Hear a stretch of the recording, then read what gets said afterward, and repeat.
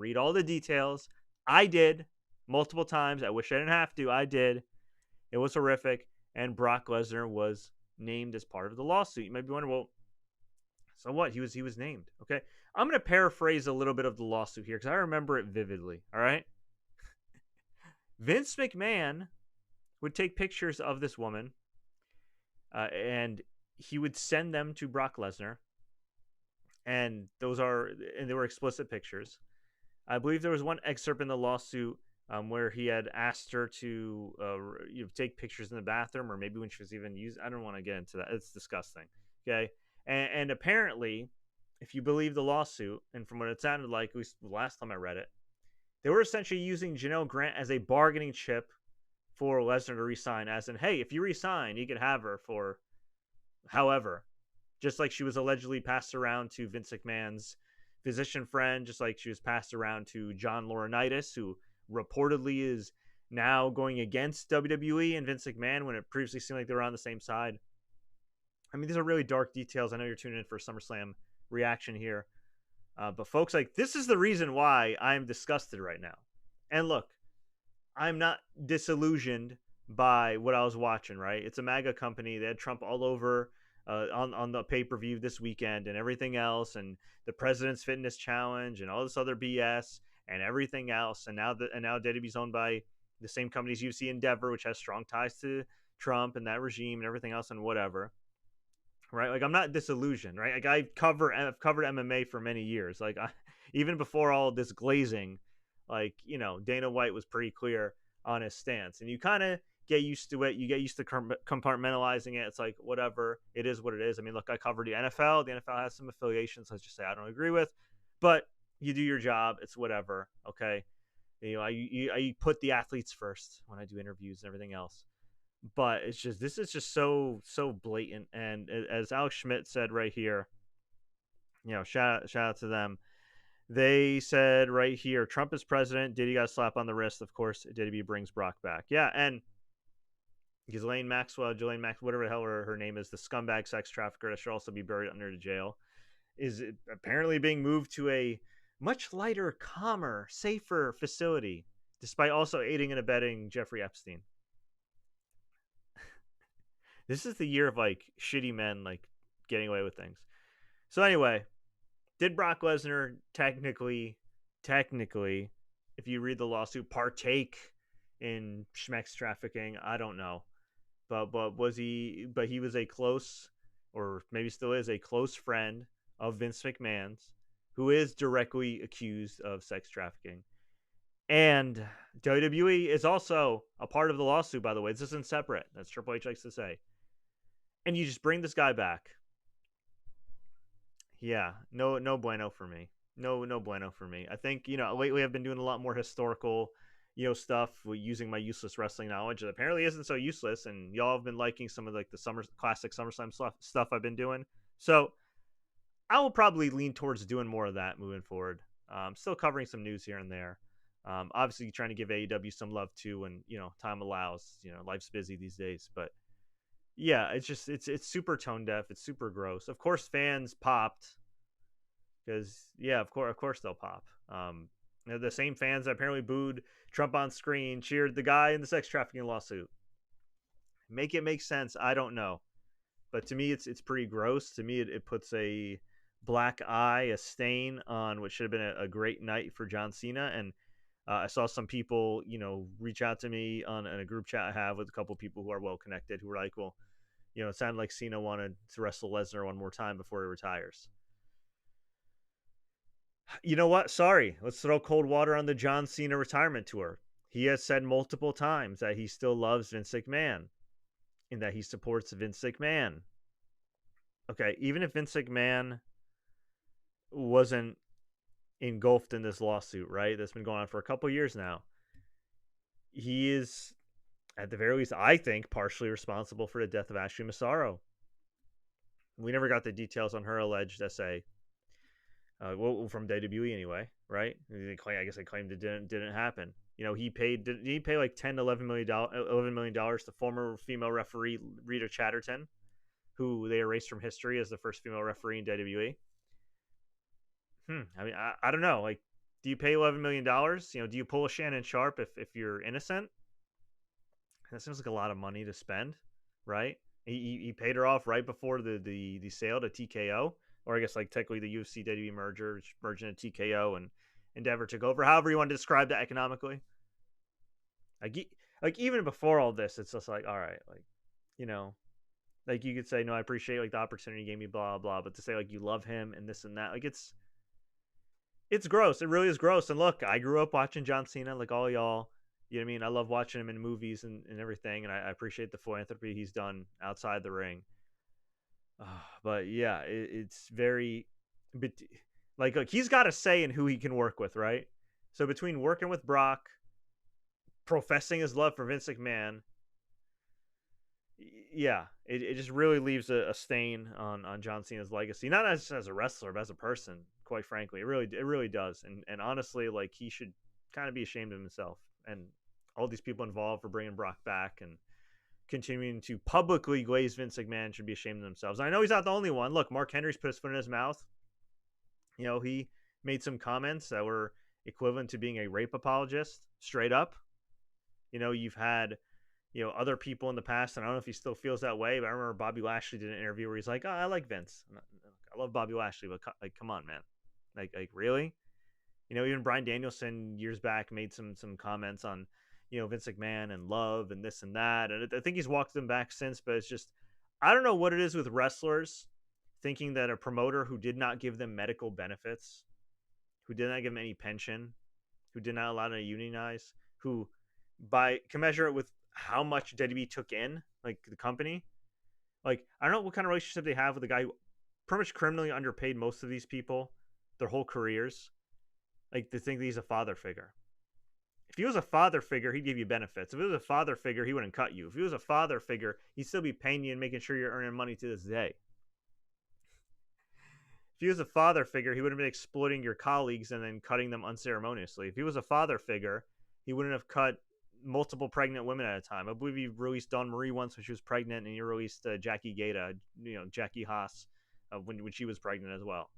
Actually, I think he released Dawn Marie when she was pregnant, and I think he released Jackie and Charlie Haas like 2 weeks after their marriage or something, like their wedding. Freaking crazy. Oh yeah, he also cut Test. He also cut Andrew Test Martin, R.I.P. right after a neck injury, which I'm sure encouraged him to take a lot of vitamins that eventually killed him. So yeah, a father figure. Yeah, a father would have stopped Over the Edge in 1999 when Owen Hart fell. A father figure wouldn't have screwed Bret Hart. A father figure wouldn't sexually assault people and sexually harass people. But or bully employees. But what do I know? I don't really understand it. I don't know if some of these folks that talk like this have daddy issues or whatever. Mick Foley's also like talked about how like, I just want people to remember the good times, or people can remember the, like, come on.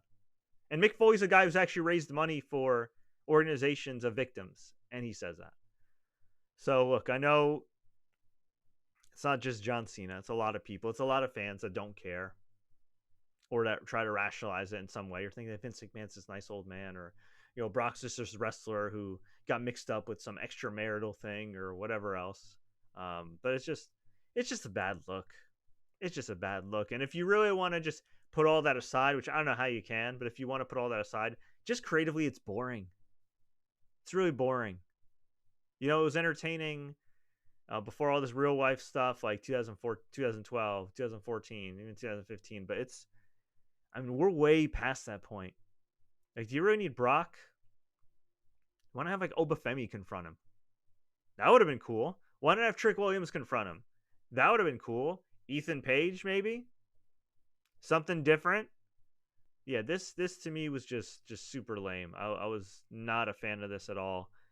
And to me, it kind of taints what was a pretty damn good night 2. And by the way, if you went to night 1 and didn't go to night 2, I feel like you got ripped off. So we'll go through this real quick, and then I'm going to sign off because this is disgusting. So we'll jump ahead here because night 2 is fresher in my head.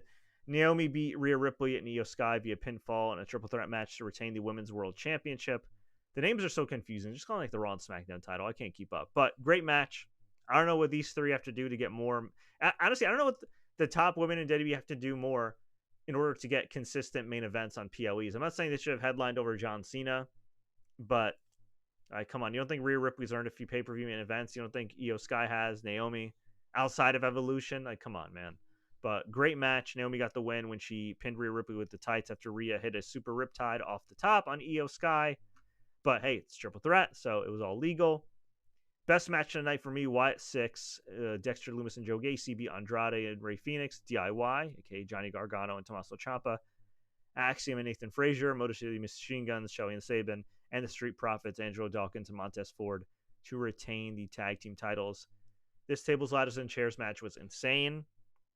I recently made a video on our favorite, top 10 favorite SummerSlam matches. I hope y'all can check that out. By the way, I also did interviews with B-Fab and Karrion Kross recently, so check those out as well.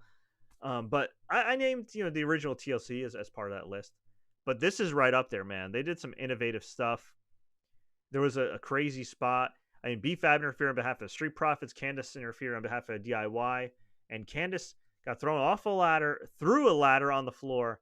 Absolutely insane. Insane match. Wyatt 6 got the win. With all due respect to the Wyatts and everything, my goodness, if there was ever like a talent disparity on display, it was right here. Wyatt 6 are a great act, and hey, they hold the belts for a little while. But my goodness, DIY's phenomenal team. Motor City Machine Guns, amazing team, Hall of Fame team, and incredible singles wrestlers in their own right, both the former world champions in TNA. Street Profits, I don't know what these guys have to do to get a real push. It's insane, man. It is insane. No WrestleMania appearances. They weren't on POEs for like 16 months, I think they said, backstage. Insane. Montez Ford should be a huge single star. Honestly, Angelo Dawkins, too, is damn good. Like, both these guys could be top guys. What are we doing here? Nathan Frazier, Axiom, incredible. Man, Andrade and Rey Fenix, they brought it, too. I've been a little disappointed with Rey Fenix's run so far in WWE, but he looked good here. So yeah, great match, and it was hard to follow. And what a weird setup, because they had multiple like no DQ style matches here, and you could have put at least one on night one. Kind of lame. Becky Lynch beat Lyra Valkyria. Valkyria can no longer challenge for the IC title as long as Becky is champion, because Bayley accidentally hit her. Overbooked, lots of weaponry and everything else. Just they overdid it. They just needed a straight up wrestling match, in my humble opinion, and it just fell flat. Unfortunate, because their other matches were awesome, but this fell flat. So I guess Lyra's back of the line for now. Another really bad. Well, this was actually a really bad match. Solo Sikoa beat Jacob Fatu in a steel cage match that had interference, right? The whatever you call, what are we calling them? MTF, what, I don't know, whatever. The other Bloodline 3.0, whatever. Bloodline Wolfpack 2.0, whatever. Solo Sikoa's crew, the Tongas came out, interfered.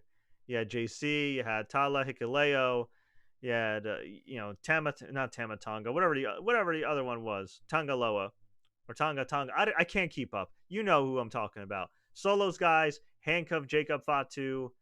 He eventually got escaped. Solo's crawling out through the cage. By the way, I hate the escape through the door finish. I hate it. But it was Tala Tonga Hikuleo of NJPW fame who slammed the door on Jacob Fatu, allowing Solo to retain. And afterwards, Solo destroyed everybody, hit a huge moonsault on JC and Tonga Loa. I'll just say Tonga. I don't know. Whatever. The Haku's kid. Well, technically aren't like 2 or 3 of them Haku's kids. Whatever. Okay. The not tall ones. He did a moonsault. That was cool. But if you wiped him out, why didn't he just win? It was stupid. Jimmy Uso also got involved as well. So, yeah. A cage match with no interference. We could only dream. Not a good match.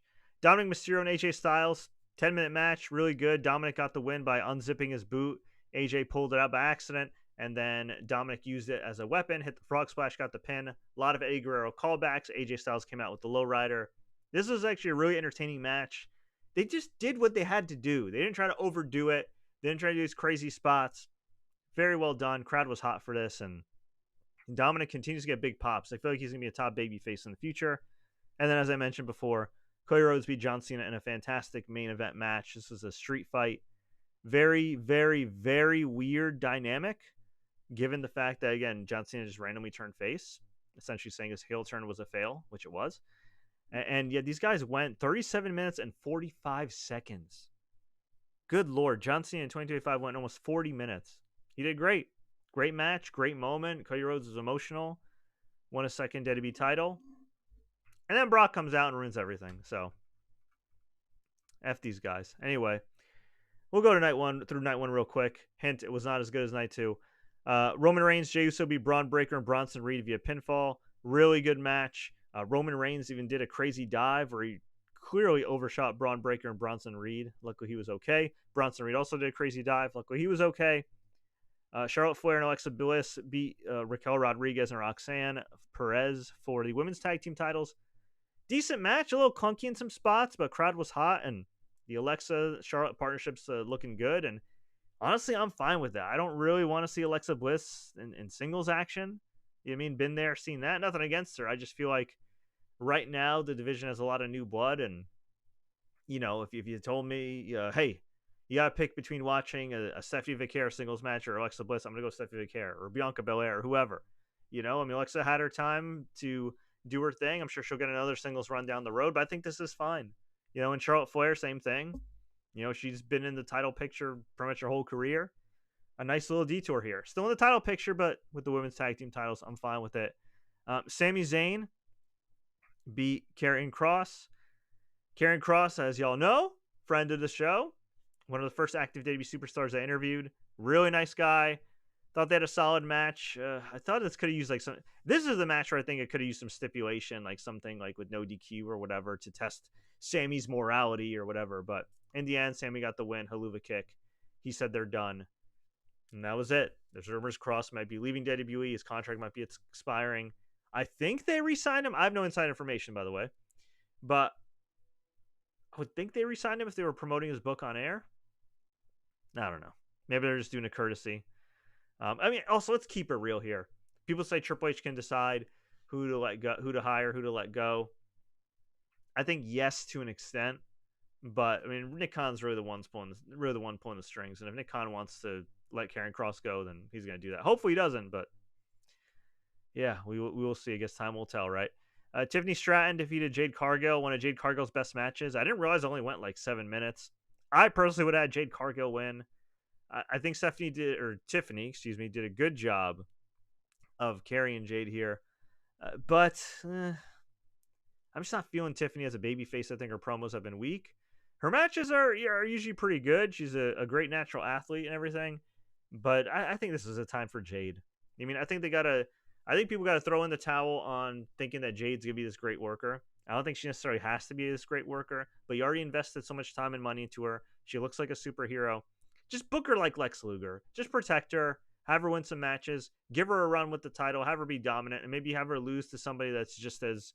I mean, I don't know if you can find anybody that's just as muscular and as dominant as her, but I mean, a Jade Cargill Rhea Ripley match, that would be fun. You know, that's what I would have done. I mean, there's still time, but I don't know. I would have had Jade Cargill go over here. We had Drew McIntyre and Logan Paul beat Randy Orton and Jelly Roll via pinfall. Logan Paul actually pinned Jelly Roll with the frog splash.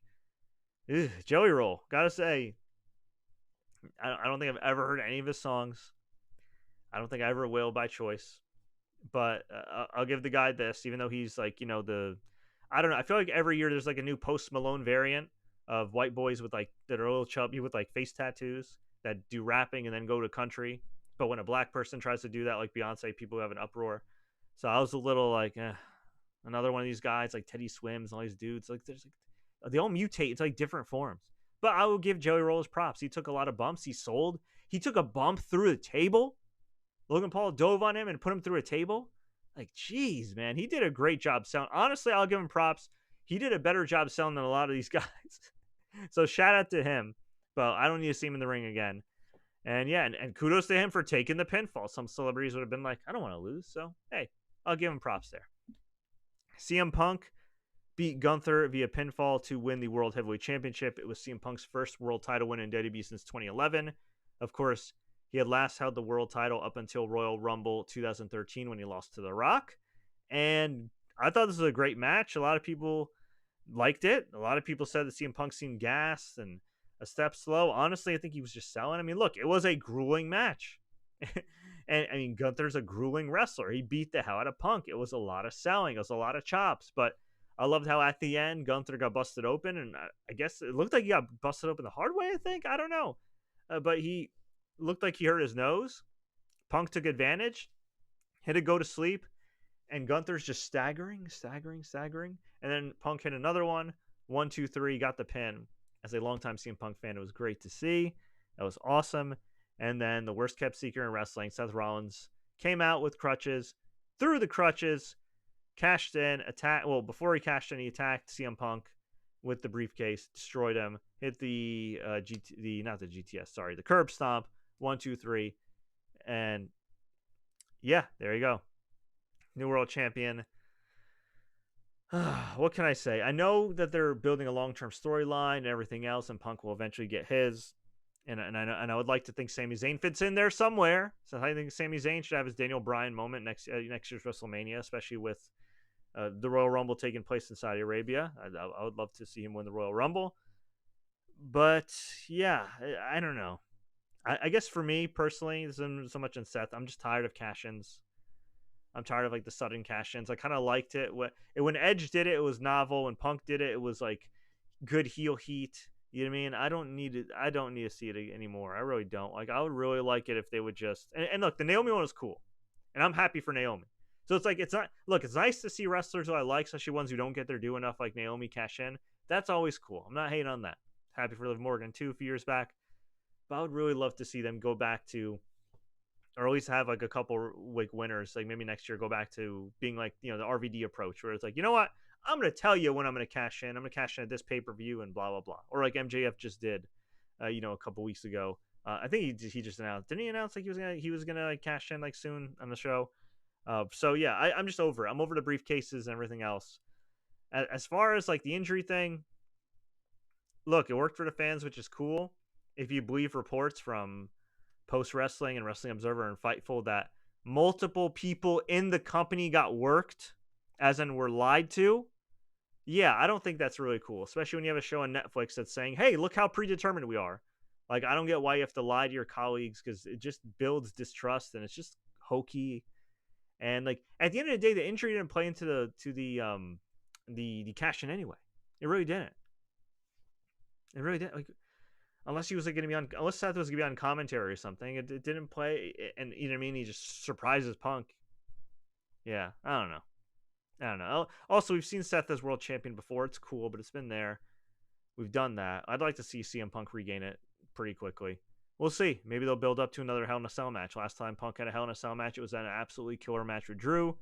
Maybe we'll have a killer match with Seth there. I know they have great chemistry.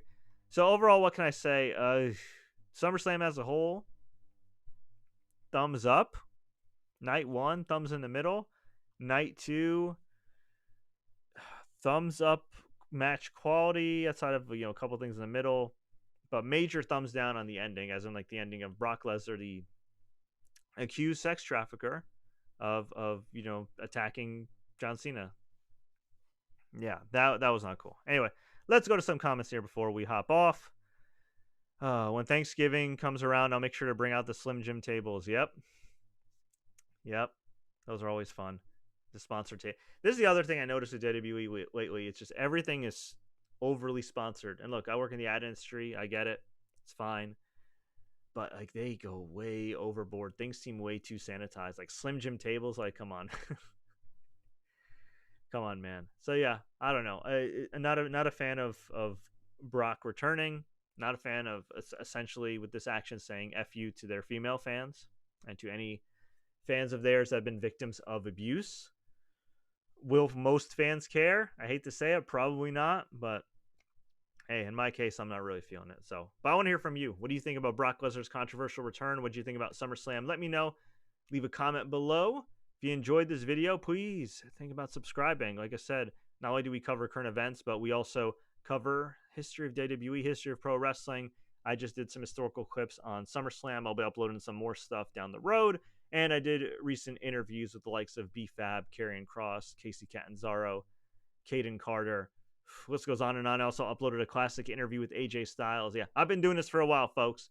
So until next time, everybody, thank you so much for watching, listening. As always, enjoy the matches and solidarity with all victims of abuse. Kiss my ass, Brock Lesnar.